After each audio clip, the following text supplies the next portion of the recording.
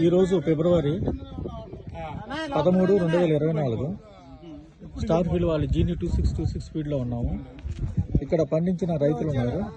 వాళ్ళని అడిగి ఈ ఫీల్డ్ ఎలా ఉంది, ఏంటి, దీంట్లో ప్లస్ ఏంటి, మైనస్ ఏంటి మొత్తం కనుక్కొని తెలుసుకున్నాం.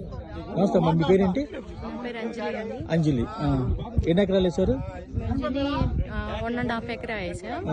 షార్క్ లాస్ట్ ఇయర్ ఒక 1.5 ఎకరా వేసా. 40 క్వింటాల్స్ వచ్చింది. ఇప్పుడు ఈ సంవత్సరం ఒక 1 ఎకరా మాత్రం వేసాము. అంటే ఏంటంటే చాలా బాగుంది జింది. అంటే మామూలుగా అందరు క్యాజువల్ గా చెప్తుంటే విన్నాం, మేము కూడా చూద్దాం అని చెప్పి వేసాం. అండ్ లాస్ట్ ఇయర్ వాళ్ళు ఏం చెప్పారంటే ఎక్కువ తాలుగా అది ఇది అని చెప్పారు. కానీ మేము ఎడ్యుకేటెడ్ అండి. ఎడ్యుకేటెడ్ అయితే మాకు తెలుసు, అంటే వర్షం పడితే ఏదైనా తాలుగా అవుతుంది. అది ఈ సీడు ఆ సీడు అనే ఇబ్బంది కాకుండా ప్రతి సీడు తాలుగా అవుతుంది. ప్రతి సీడు తాలుగా అవుతుంది. అది మాకు తెలుసు కాబట్టి అదే ఉండదులే, వర్షం పడితే ఏదైనా తాలుగా అవుతుంది అట్లానే ఆలోచించకుండా మేము వేసేసాము.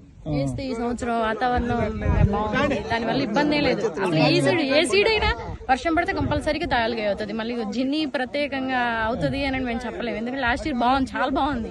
దాన్ని బట్టే మేము కూడా వేసాం. ఇప్పుడు మాకు కూడా నచ్చింది, చాలా బాగుంది. అంటే దీంట్లో ఉన్న స్పెషాలిటీ ఏంటంటే ఒక పూత మనకు కనిపించకుండానే పూత వస్తుంది. పూత వచ్చింది వెంటనే పిందె, దాని టైం పీరియడ్ తక్కువ అనమాట. ఒక 3 days 3 or 4 days లో పూత పిందిగా మారిపోతుంది. స్పెషాలిటీ అది.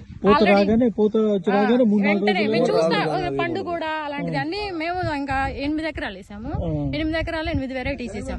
8 వెరైటీల్లో కూడా ప్రతి దాంట్లో పండు కూడా రావడం మేము గమనించాం.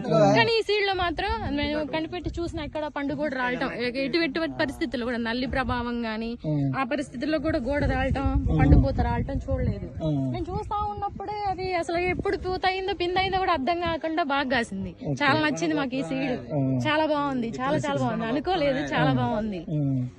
అసలు ఫస్ట్ చూసినప్పుడు జిన్ని ఇది ఏం సీడ్ ఇది బాగుంది అసలు ఉంటుందా పోయిద్దా అనుకున్నారు. కానీ ఎక్సలెంట్ గా ఆల్రెడీ ఇప్పటికి మేము 20 తీసాం. దీంట్లో ఎకరన్నరలో 20 తీసాం. 2 times కోసం 2 సార్లు కోసం 20 క్వింటాల్ అయింది ఎకరన్నరకి ఆల్రెడీ. అందులో తాలు శాతం చాలా తక్కువ, కింటా వచ్చింది. తాలుగా చాలా తక్కువ.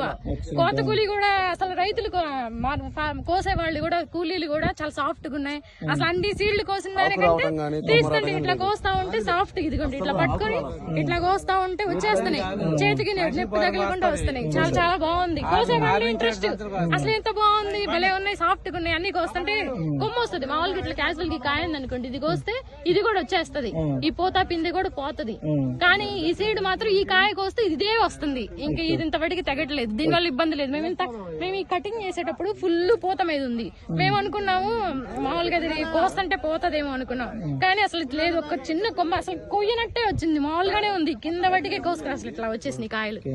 దానికి సపరేట్ గా లేదు లేదు నల్లి అంతతే ఎఫెక్ట్ లో కూడా చూడండి. ఏరియాలో చాలా వెరైటీస్ ఉన్నాయి కదా, అన్ని వెరైటీస్ లో కూడా ఇది ఒకటే కొంచెం స్ట్రాంగ్ గా నిలబడింది అనమాట. ఎదిరించే శక్తి దీనికి ఉంది. అంటే నల్లి అంటే ఎఫెక్ట్ అందరికి ఉంటది, కానీ ఎదుర్కొనే దాదాపు మందులు వేసినా ఉంటాయి. ఇది మందులు ఎన్ని రోజులకు ఒకసారి కొడుతున్నారు? మేము 4 days కి 5 days కి ఇప్పుడున్న పరిస్థితిని బట్టి మందులు మన వంతు ప్రయత్నం మనం కూడా చేయాలి కదా.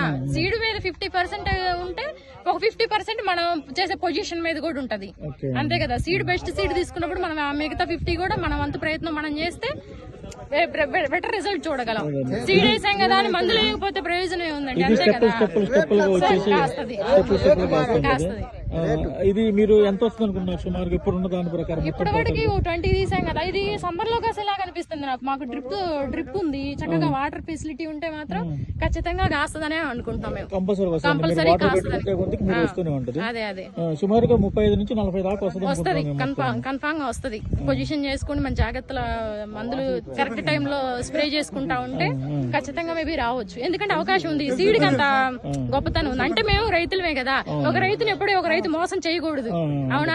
బాగలేని సీడ్ ని మనం ఎక్స్పోజ్ చేసి మళ్ళీ దాన్ని కొనిపిస్తే అది మనకే నష్టం, అంతే కదా. మంచి సీడ్ నే మేము చెప్పగలిగే కెపాసిటీ ఆ సీడ్ కి చెప్పగలిగే దానికి దమ్ముంటేనే మనం చెప్పాలి, లేకపోతే చెప్పకూడదు. రైతు మోసపోకూడదు ఎప్పుడైనా. రైతుకి మంచి సీడ్ చెప్పాలి, అంతే. థ్యాంక్ యూ అండి. సరే.